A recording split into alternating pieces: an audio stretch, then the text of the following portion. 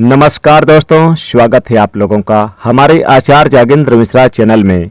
दोस्तों, सच्चे हृदय से कमेंट बॉक्स में लिखें जय माता दी। माता रानी आपके सभी कष्टों को समाप्त करे, आपकी झोली खुशियों से सदैव भरी रहे। दोस्तों, नवरात्रि का महापर्व 9 देवियां अर्थात 9 कन्याओं को समर्पित है। कन्या पूजन करने से हमारी समस्त पीड़ाएं दूर होती है। आपको बता दें कि इस बार माता रानी घोड़े पर सवार होकर पृथ्वी लोक पर पधारेंगी और भक्तों के कष्टों को दूर करेंगी। जब माता रानी घोड़े पर सवार होकर आती हैं तो ये अच्छा नहीं माना जाता, शुभ नहीं माना जाता। लेकिन जब हाथी पर सवार होकर आती हैं तब धरती पर फूल खिलते हैं, वर्षा होती है, हरियाली उत्पत्ति होती है और जीवन सुखमय हो जाता है। इस बार की नवरात्रि बहुत ही शुभ और मंगलकारी माने जा रहे हैं। इस बार की चैत्र नवरात्रि 9 अप्रैल से यानी 9 अप्रैल दिन मंगलवार से शुरू होकर और इसका समापन 17 अप्रैल दिन बुधवार को होगा। ऐसे में ये 9 दिनों तक बड़ी धूमधाम रहेगा और विसर्जन का जो समय रहेगा वो 17 अप्रैल रामनवमी के दिन यानी रामनवमी का पावन पर्व और रामनवमी और साथ ही नवमी तिथि भी 17 अप्रैल को होगी। तो कन्या पूजन का जो शुभ दिन रहेगा वो 16 अप्रैल अष्टमी तिथि रहेगी 16 अप्रैल को और नवमी तिथि रहेगी 17 अप्रैल को। इसलिए 16 अप्रैल और 17 अप्रैल दोनों दिन आप कन्या पूजन कर सकते हैं। दोस्तों, बताना चाहेंगे कि शास्त्रों में 9 दिनों की जो नवरात्रि होती है बहुत ही शुभ और मंगलकारी माना जाता है और वहीं 8 दिनों की नवरात्रि को अच्छा नहीं माना जाता। ऐसे में 10 दिनों की जो नवरात्रि है इसे बहुत ही शुभ माना जाता है। इस बार पूरे 9 दिनों की नवरात्रि है, न एक दिन कम न एक दिन ज्यादा। शास्त्रों के अनुसार नवरात्रि के दिनों में माता रानी का पूजन करने से, कन्या पूजन करने से माँ अभय वरदान करती हैं और घर में सच्चे हृदय से यानी कोमल वाले व्यक्ति के सभी संकटों का निवारण माँ शीघ्र करती हैं। माँ की उपासना से विनम्रता का विकास होता है, सभी कष्ट, दरिद्रता, दुख, गरीबी नष्ट हो जाते हैं। नवरात्रि में माता रानी का व्रत और पूजन किया जाता है, लेकिन नवरात्रि के दौरान सबसे ज्यादा महत्व होता है कन्या पूजन का। दोस्तों, माना जाता है व्रत और उपासना से माता रानी इतना प्रसन्न नहीं होती जितना कि कन्या पूजन से होती हैं। नवरात्रि में छोटी छोटी कन्याओं को माता रानी का स्वरूप माना जाता है। कन्याओं को भोग लगाया जाता है, उन्हें प्रसन्न किया जाता है और बदले में आशीर्वाद मांगा जाता है। कन्याओं को प्रसन्न करने के लिए गिफ्ट आदि उपहार वगैरह दिए जाते हैं। माना जाता है अगर कन्याओं को कोई भेंट दी जाए और वो उसे खुशी खुशी स्वीकार कर ले तो इसका मतलब है माता रानी अर्थात माता वैष्णो वो भेंट स्वीकार कर लेंगे। जिन पर कन्याएं प्रसन्न होती हैं तो समझे उन्हें माता रानी का आशीर्वाद मिल गया और माता रानी की कृपा से उन्हें मोह मांगा वरदान प्राप्त होता है। नवरात्रि में 2 साल से लेकर 10 साल तक की कन्या का पूजन होना चाहिए। अष्टमी अथवा नवमी के दिन कन्याओं के पैर धोकर भोजन कराना, उपहार आदि देना श्रेष्ठ माना जाता है। दोस्तों, कैसे करें स्वागत? दोस्तों, कन्या जब आपके घर पर आए तब सभी के पैरों को दूध और पानी से उनके पैरों को धुलाना चाहिए। फिर उसके बाद कन्याओं को किसी साफ जगह पर जमीन पर कपड़ा बिछाकर बैठाना चाहिए और फिर उनके माथे पर अक्षत, फूल और कुमकुम लगाना चाहिए। फिर उसके बाद भोजन ग्रहण करवाना चाहिए। लेकिन हमेशा याद रखें, कन्याओं की थाली में 3 पूरियां कभी न रखें, इसे शुभ नहीं माना जाता।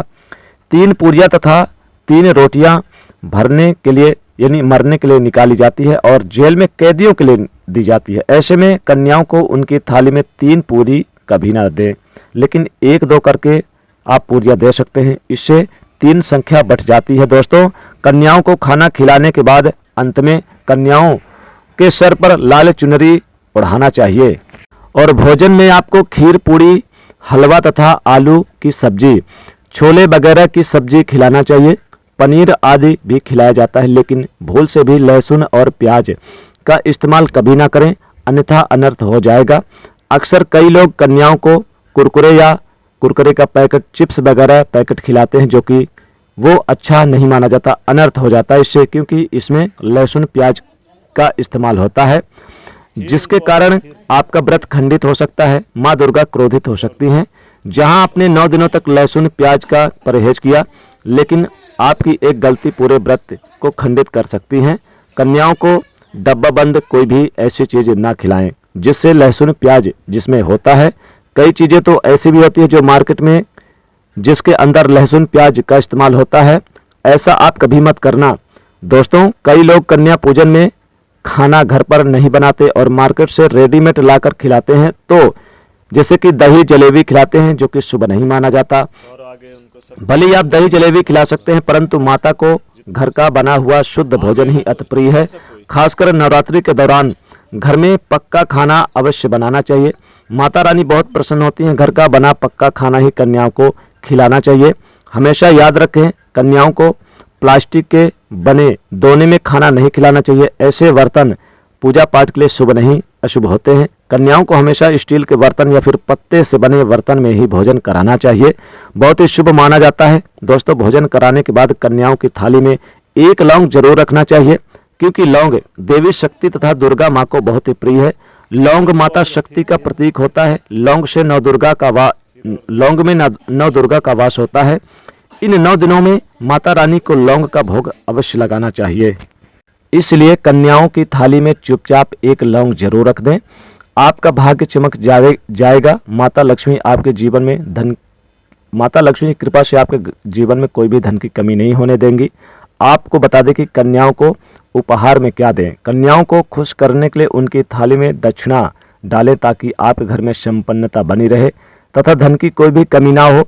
कन्याओं को कोई सुंदर सा गिफ्ट दे सकते हैं। शास्त्रों में बताया जाता है कि कन्या जितना खुश होती हैं, माता रानी उतना ही जल्द फल की प्राप्ति प्रदान करती हैं। ऐसे में आप कन्याओं को चॉकलेट बॉक्स दे सकते हैं तथा खूबसूरत कपड़े दे सकते हैं। याद रहे, काले कपड़े ना दें और स्टील के बर्तन भी गिफ्ट के तौर पर दे सकते हैं। याद रहे कि कन्याओं को लोहे का कोई भी सामान नहीं देना चाहिए। दोस्तों, जब कन्या अपने घर के लिए प्रस्थान करे तो उनके चरण जरूर छुएं और अपने मन में अपनी प्रार्थना करें, यानी मन ही मन प्रार्थना करें। पूरा करने के लिए सच्चे दिल से मांगी हुई दोस्तों मुरादें माता रानी अवश्य पूरी करती हैं। दोस्तों, नवरात्रि के दिनों में अगर आपको कुछ संकेत मिल जाए तो समझ लेना माँ दुर्गा आपसे बेहद प्रसन्न है। ये संकेत बताते हैं माँ दुर्गा आपको आशीर्वाद देने जा रही हैं। लेकिन इतना बता दें दोस्तों कि कन्याओं को भोजन खिलाते समय आप साफ सुथरा यानी कि जगह जरूर रखें और अच्छी तरह से अपनी साफ सफाई का ध्यान रखें। और कन्याओं को आप जैसे कि सेव वगैरह भी दे सकते हैं और कन्याओं को आप इस दिन खीर वगैरह भी खिला सकते हैं। और कन्या पूजन उन्हें बहुत ही खुशी खुशी करें, यानी कि आप 1 से लेकर 9 तक की संख्या में आप या फिर जितना ज़्यादा हो सके कन्याओं को भोजन खिलाएं। और कन्याओं को आप गिफ्ट स्वरूप यानी उन्हें आप पैसे भी दे सकते हैं, सेव दे सकते हैं, नारियल दे सकते हैं और उन्हें चुनरी भी दे सकते हैं। फलों में जैसे सीताफल वगैरह दे सकते हैं। आइए कुछ संकेत जान लेते हैं जो आपको अगर नवरात्रि में दिख जाए तो ये अच्छा नहीं माना जाता। जैसे कि पहला संकेत, जब आप कलश स्थापना करते हैं तो जौ से निकली हरियाली बहुत ही शुभ मानी गई है। कहा जाता है कि जौ से निकली हरियाली हमारे भविष्य में होने वाले अच्छे और बुरे होने का संकेत देती है। ये सभी बातें हमारे आने वाले साल का भविष्य बताती है। यदि आपने जो बोए हैं और किसी कारण से नहीं उग पाए हैं तो ये संकेत बड़ा ही मनहूस माना जाता है। कहा जाता है कि नवरात्रि में जौ अगर सूख जाए या फिर वो पीले पड़ जाए तो ये अच्छा नहीं समझना चाहिए। ये साल आपका खराब होने वाला तथा घर में कोई बीमारी आने वाली है। धन हानि होने के संकेत माने जाते हैं, क्योंकि आपने कोई ना कोई गलती अवश्य कर दी होगी जिसके कारण माता रानी नाराज हो गई हैं। इसलिए माता से क्षमा अवश्य मांग लें। अपने भक्तों को अवश्य वो माफ कर देती हैं। और दोस्तों, जौ हरे भरे हो जाते हैं तो शुभ संकेत होते हैं। इससे आने वाला समय बहुत ही शुभ होता है। धन लाभ होगा, माता की कृपा बरसेगी। और 1 रुपए का सिक्का या चांदी का सिक्का जौ के बीचों बीच अगर आप मिट्टी में दबा दें और फिर आप इसे धन के स्थान पर रख दें तो सुख समृद्धि हमेशा बरसती है। माता दौड़ी चली आती हैं। जौ के अंदर हमेशा 1 रुपए का सिक्का अवश्य डाल देना चाहिए। इससे माता रानी बहुत ही प्रसन्न होती हैं और बाद में इस सिक्के को आप यानी कि अपने धन पेटी अलमारी पे जरूर रख दें। तो दोस्तों, अगर आपको ये वीडियो कैसी लगी जरूर कमेंट में बताइएगा और अगर अच्छी लगी तो वीडियो को लाइक करिएगा, दोस्तों को शेयर करिएगा, कमेंट में लिखिएगा जय माता रानी। आपका स्वागत है हमारे घर में।